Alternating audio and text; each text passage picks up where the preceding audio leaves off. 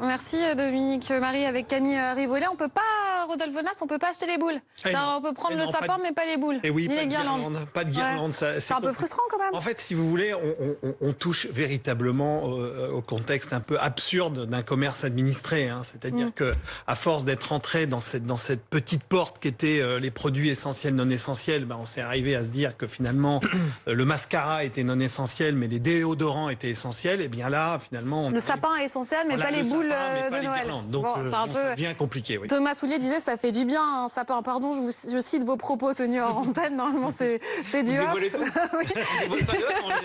Je suis désolée, mais oui, j'ai failli. J'ai pas obéi aux règles. Quand même, il y a un horizon qui semble assez clair. C'est encore du conditionnel ou pas, Thomas? Est-ce qu'on peut dire que les commerces vont rouvrir dans une semaine? La question n'est plus de savoir si les commerces vont rouvrir avant le 1er décembre. C'est quasiment acté, mais quand? Est-ce que c'est le vendredi 27 ou le samedi 28? Voici les deux options qui sont sur la table aujourd'hui. Bercy avait fixé deux conditions pour ouvrir plus prématurément ces commerces. D'abord, d'avoir un protocole sanitaire plus strict. Ça va être le cas. Ça a été ce matin acté à Bercy avec les fédérations de commerce. Donc il y aura notamment une jauge d'un client chaque 8 mètres carrés. Il y aura des contrôles des entrées dans les magasins, très grands magasins de plus de 400 mètres carrés. Pas de prise de rendez-vous obligatoire. Bon, c'est une rumeur, ça ne sera pas c'est recommandé. C'est mieux. C'est recommandé. Horaires d'ouverture qui seront sûrement élargis et des possibles ouvertures dominicales. Donc le premier point, c'est fait. Le deuxième, c'était le report du Black Friday. C'est bon, ce ne sera pas le vendredi 27, mais le vendredi 4 décembre. Et ainsi, voilà les deux conditions qui sont réunies. Et ainsi, les commerces pourraient rouvrir le 27 ou le 28. C'est Emmanuel Macron qui l'annoncera la semaine prochaine. Alors, on a parlé des boules, on a parlé des guirlandes. Maintenant, on veut les jouets au pied du sapin. Mia Pélissard, bonsoir. Vous êtes propriétaire du magasin de jouets La Fée qui cloche à Paris. Est-ce que vous vous préparez à une réouverture dans une semaine? Est-ce que vous êtes prête? Vous avez entendu le protocole détaillé par Thomas. Est-ce que c'est bon chez vous? Alors écoutez, on est prêt depuis déjà 1 mois et demi. On a été surpris de fermer. Le protocole, écoutez, aucun problème. Le nôtre était plus exigeant avant puisque nous avons 90 mètres carrés et nous laissions rentrer une personne sur les 10 mètres carrés avec du gel à l'entrée, sachant que dans notre quartier, les clients sont férus de petits magasins et donc ils respectaient largement puisqu'ils faisaient la queue dehors et en cas d'embouteillage de poussettes, évidemment, les clients restaient dehors. Donc oui, nous sommes au taquet. Nous avons les jouets qu'il faut. Personne ne sera obligé de commander sur Internet.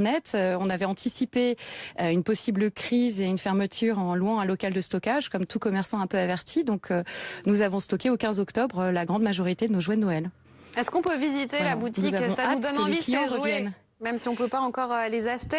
Tout à fait. Il y a un marquage au sol? Comment c'est organisé?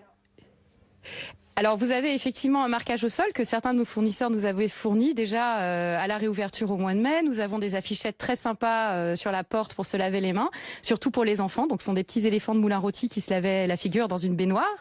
Et puis, nous avons la particularité d'être une boutique de jouets qui fait de la naissance jusqu'aux jeux d'adultes. Donc, en ce moment, on vend énormément de jeux de société pour les adultes qui ont besoin en fait de s'occuper et beaucoup d'artistes dans le quartier qui sont sans travail, donc qui actuellement ont besoin de se divertir. Donc, on est très sollicités et on fait beaucoup de ventes à distance. Alors, loin du chiffre d'affaires habituel du mois de novembre, mais avec une vraie sollicitude d'un commerce de quartier. C'est-à-dire que vous faites des ventes à distance et aussi du click and collect, du cliquer emporter? Exactement. Alors, on utilise tous les réseaux sociaux à notre disposition, que ce soit Facebook, Instagram ou notre site internet, les mails, les téléphones.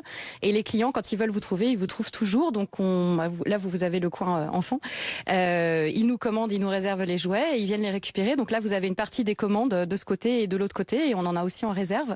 Après, c'est une situation qui est assez inconfortable pour tout le monde. Les enfants pleurent devant la boutique pour rentrer. Les adultes sont frustrés de ne pas pouvoir se détendre. Après, certains comprennent, d'autres non. Donc vous vous toute la préparez donc à complexité une de la ruée situation à l'heure actuelle. Parce que vous nous dites qu'il y a déjà des enfants qui pleurent devant la boutique. Qu'est-ce que ça va être quand ce sera ouvert? Alors, ils pleurent traditionnellement parce qu'on est une boutique de quartier et qu'ils ont l'habitude de venir chez nous en sortant de l'école ou avec les grands-parents ou avec les parents. Donc, le fait de ne pas pouvoir avoir accès à la boutique est déjà une surprise pour eux et une incompréhension. Après, les courses de Noël, traditionnellement, les parents essaient de venir sans les enfants parce que sinon, c'est ingérable. Mais oui, on pense qu'il va y avoir une ruée. Après, je pense qu'il ne faut pas s'alarmer. On a les stocks qu'il faut et il n'y a pas de pénurie. Donc voilà, il y a certains fournisseurs qui sont en rupture de stock, mais très peu. Mia Pélissard, vous restez avec nous. Je remercie Quentin Lebeau qui nous a aidé à visiter notre boutique, parce que je voudrais aussi vous interroger sur la perte de chiffre d'affaires que ça représente pour vous. On va ouvrir ce chapitre dans un instant. D'abord, Rodolphe Bonas, arrêtons-nous sur l'autre information donnée par Thomas Soulier. C'est le report du Black Friday. Finalement, ce sera le 4 décembre. On comprend bien qu'il y a l'idée, le plan en tout cas, c'est de rouvrir les commerces, les petits commerces la semaine prochaine. Le Black Friday, le faire le week-end qui vient pour éviter la ruée. On comprend ça dans le contexte sanitaire.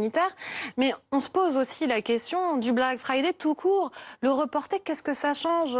Comme on le disait tout à l'heure, les offres promotionnelles, on en reçoit partout. Alors oui. Alors déjà, il faut savoir que c'est une proposition et c'est un peu à la discrétion des commerçants qui voudront ou pas organiser ce report. Sachant que c'est compliqué de l'organiser le report parce que les promotions que vous recevez aujourd'hui, elles ont été envoyées il y a 2, 3, 4 semaines. Donc il y a certains consommateurs où même si leur enseigne a décidé de décaler le Black Friday, ils continueront à recevoir, si vous voulez, des promotions pour acheter en Black Friday. Donc ça, c'est déjà une première chose, c'est complexe et ça sera à la discrétion de chacun. Et ensuite, ce qu'il faut comprendre, c'est que la raison pour laquelle on a demandé l'ouverture des petits commerçants et des commerces une semaine avant pour décaler, c'est pour éviter en effet l'afflux, mais pas que, c'est pour éviter aussi de démarrer la période d'achat de Noël avec des super promotions. Parce que ça, c'est un peu la double peine, si vous voulez. Parce que du coup, vous mettez tout de suite de manière frontale des grosses enseignes qui ont des très grosses offres avec des moins 50, moins 60, moins 70%, et des commerçants de proximité, comme on vient de le voir, qui, eux, n'ont pas forcément les mêmes promotion. Donc il faut leur laisser un petit peu de respiration. Karen Ganilsi, quand vous voyez le scénario tel qu'il nous est présenté aujourd'hui, c'est quoi, un ouf de soulagement pour vous? Alors si je peux rebondir sur les mesures sanitaires, le premier déconfinement, et c'est là toute l'interrogation des petits commerçants, c'est qu'il y avait un dispositif, un protocole qui avait été mis en place chez les coiffeurs, chez les tatoueurs, chez particulièrement tous ceux qui sont dans le vêtement, la chaussure, et un peu de colère parce qu'ils pouvaient tout à fait rouvrir tout en respectant les mesures sanitaires. Donc il y a quand même une incompréhension là-dessus parce que ce temps-là est perdu. Maintenant, ils ont un stock qu'ils doivent déstocker. Et donc le Black Friday, quelque part, à un moment donné, alors j'aime pas trop l'appeler le Black Friday, mais ça les arrange parce qu'ils doivent déstocker. Donc c'est pas une si mauvaise chose qu'il soit le plus tôt possible dans la saison, c'est ce que vous dites? Ouais, pas le plus tôt possible. On peut pas vraiment savoir aujourd'hui. Il faudrait trouver un moyen pour que chacun puisse récupérer un souffle, une respiration économique, qui est très complexe aujourd'hui. Il y a des jeunes commerçants qui ont débuté leur activité il y a pas longtemps, qui se trouvent complètement étranglés. Donc en même temps, il faut quand même cette semaine un peu de respiration. Et puis ensuite, ceux qui devront déstockeront un petit peu quand même. À quel point elle est importante cette journée, non seulement pour les commerçants, mais aussi pour les consommateurs. Il y a des personnes qui n'ont pas beaucoup de moyens et le Black Friday, c'est vraiment le moment où on fait les courses de Noël. Et oui, il faut savoir qu'il y a près de 70% des Français qui déclarent avoir envie de participer à cette opération. L'année dernière, il faut savoir que ça a réalisé sur ce week-end près de 6 milliards d'euros de chiffre d'affaires. Donc c'est devenu, sur les 5-6 dernières années, un vrai rendez-vous commercial où en effet, les Français viennent acheter des produits à des promotions assez fortes qu'ils ne retrouveront pas en se rapprochant un peu de Noël.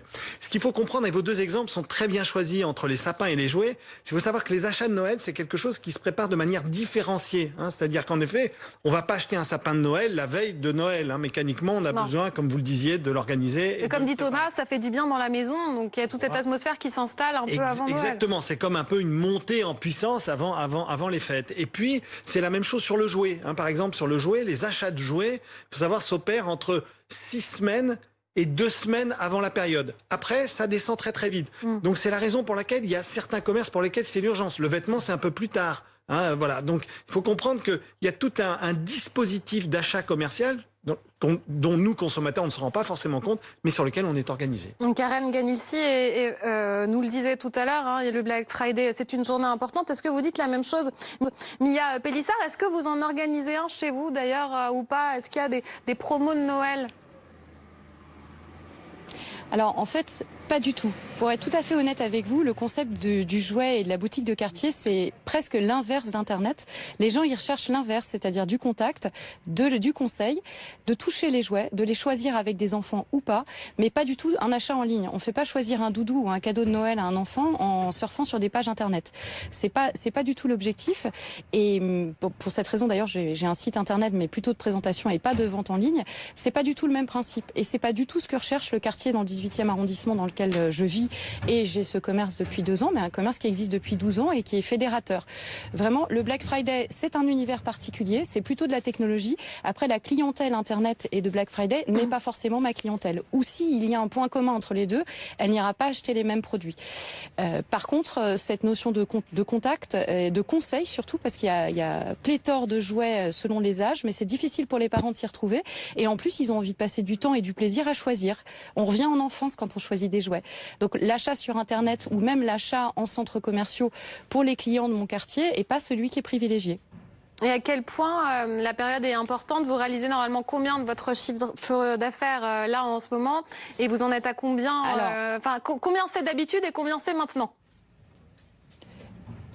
En ce qui me concerne, j'ai pas les chiffres du secteur en tête. Et puis par ailleurs, l'année dernière, il y avait des grèves et l'année d'avant, il y avait des gilets jaunes. Donc les statistiques et les chiffres d'affaires des dernières années sur Noël, c'est un peu complexe. En ce qui me concerne, le mois de décembre représente plus de 40% de mon chiffre d'affaires de l'année et le mois de novembre entre 15 et 20%. Sachant que je suis tout à fait d'accord avec les chiffres, les achats de Noël commencent mi-novembre, mais se font majoritairement en décembre. En novembre, il y a beaucoup d'anniversaires dans le jouet, donc c'est ce qui va privilégier. Après, le chiffre d'affaires, il est compensé en ce qui nous concerne à peu près à hauteur de 30% sur novembre pour l'instant, si la tendance se continue. D'une part parce qu'il y a une croissance des jeux de société, parce que je vends des jeux de société comme je vous l'ai dit tout à l'heure. Et donc là, on est beaucoup plus haut que d'habitude sur ce secteur, mais on est beaucoup plus bas sur le jouet traditionnel. Donc je pense, grâce au click and collect et à la coopération du quartier qui s'est vraiment mis en réseau pour nous faire de la pub, on sera peut-être à 20 ou 30% du chiffre d'affaires en novembre. Je suis malheureusement assez certaine que ce n'est pas le cas d'une grande partie des boutiques de jouets. Vous restez avec nous, Mia. C'est vrai qu'on a les chiffres d'ores et déjà. Oui, novembre-décembre, c'est entre 45 et 55% du chiffre d'affaires d'un magasin de jouets de manière traditionnelle. Et comme l'expliquait cette commerçante, c'est vrai que tout ça va se concentrer à peu près jusqu'au 15 décembre. Après, le reste, ça va diminuer assez vite. Et il y a une autre question qui se posera. Quoi qu'il arrive, cette saison, on peut d'ores et déjà dire qu'elle ne sera pas sauvée. Il y a la question des stocks. C'est pour ça, vous me disiez Black Friday, je suis pas du tout pour le Black Friday. Et comme Mia Pélissard, beaucoup de commerçants sont dans une consommation plus raisonnée, un peu différente, pas dans une consommation effrénée. Et donc voilà, on est... Mais là, pour les stocks, vous savez si vous serez aidé ou pas? Il y a le gouvernement qui dit en gros que l'idée ce serait de faire des avances de trésorerie, il me semble, ou peut-être de les subventionner. C'est sur la table là. Oui, oui, c'est sur la table. Après, on fait un peu à vue en fait. On est un peu dans le brouillard en réalité parce que il y a des commerçants qui ont plus de 250 000 euros de stock à écouler avant Noël. Comment ils vont faire? Et comment ils feront face aussi à l'afflux de demandes en même temps? Est-ce qu'il est sûr, si on va dans la boutique, il faut se préparer à attendre, parce qu'il y aura sans doute de longues files d'attente. Si on fait ses commandes en ligne, est-ce qu'on aura le colis à temps? C'est aussi la question qu'on se pose. Ça aussi, c'est une vraie difficulté. Le click and collect, on l'a démontré, que ce soit dans le livre, le vêtement ou même la décoration, eh bien finalement a une charge de travail beaucoup plus lourde que lorsque c'est le client qui fait le travail dans le magasin. En fait, quand vous venez vous acheter un livre, c'est vous qui allez le chercher dans les rayons. Ben là, click and collect, il faut quelqu'un pour aller le chercher. Donc on peut penser que cette surcharge-là, il faudrait vraiment qu'il y ait d'abord un afflux de clients en magasin, qu'on va être obligé d'organiser, de raisonner. Donc il va falloir demander aux Français d'être patients, et c'est vrai, et d'avoir quand même ce geste citoyen, d'aller en proximité, voir ces commerçants habituels pour essayer de leur redonner de la dynamique là-dessus. Et puis vous posiez une question sur le stock. Il faut savoir que du coup on risque malheureusement de se retrouver en fin d'année avec des stocks dans les magasins importants, ce qui va donner quand même des soldes qui vont être très importants. Il faut savoir que c'est la quantité de stock restant des périodes de Noël qui fait les soldes à venir. Et à ce moment-là, il faudra là aussi encore compter et espérer que la consommation va repartir pour pouvoir permettre à ces commerçants d'écouler ce fameux Et en stock. effet, il faudra voir comment le consommateur va réagir ou pas. Exactement, il faut ça dépend espérer. finalement du contexte général et de la situation de chacun. Thomas Soulier, est-ce qu'on aura des réponses bientôt? Emmanuel Macron doit s'exprimer mardi à 20h. Il va nous dire quoi? Il ne va pas nous annoncer un déconfinement? Alors, ce sera une allocution. Alors, surtout pas, c'est devenu un juron en gros mots. Il ne prononcera surtout pas le mot de déconfinement, plutôt le mot de confinement adapté ou de confinement léger. En tout cas, la France sera toujours confinée après le 1er décembre. Il parlera évidemment, on en parlait avec vos invités, des petits commerces. Est-ce que ce sera le 27 ou le 28 pour la réouverture? Les lieux de culte et les cérémonies religieuses, à partir du 1er décembre, oui ou non, et surtout avec quelles jauges et quelles conditions. En revanche, mauvaise nouvelle pour les bars et restaurants qui devraient rester fermés au mois de décembre. Réouverture possible en janvier ou encore en février. Il y a beaucoup de points d'interrogation. Est-ce qu'il y aura encore des attestations? Apparemment, oui, a dit Jean Castex. Est-ce qu'on pourra voyager dans toute la France à partir du 1er décembre? Pas sûr, peut-être durant les vacances scolaires et pas avant. Vous voyez, il y a beaucoup de détails qui restent aujourd'hui à élucider. Emmanuel Macron, donc, il parlera mardi à 20h. Ça sera sa nouvelle prise de parole après celle du 28 octobre où il avait annoncé le fameux confinement. Vous ne partez pas seul, Thomas Soulier, on a un petit cadeau pour vous. Mia est dans la confidence. Mia, puisque vous tenez un magasin de jouets, qu'est-ce qu'on pourrait offrir à Thomas à Noël? Chien pourri. C'est un partenariat entre l'école des loisirs et Moulin Rôti. Et franchement, il a un succès fou. Il est câlin comme tout. Ça peut être un beau cadeau.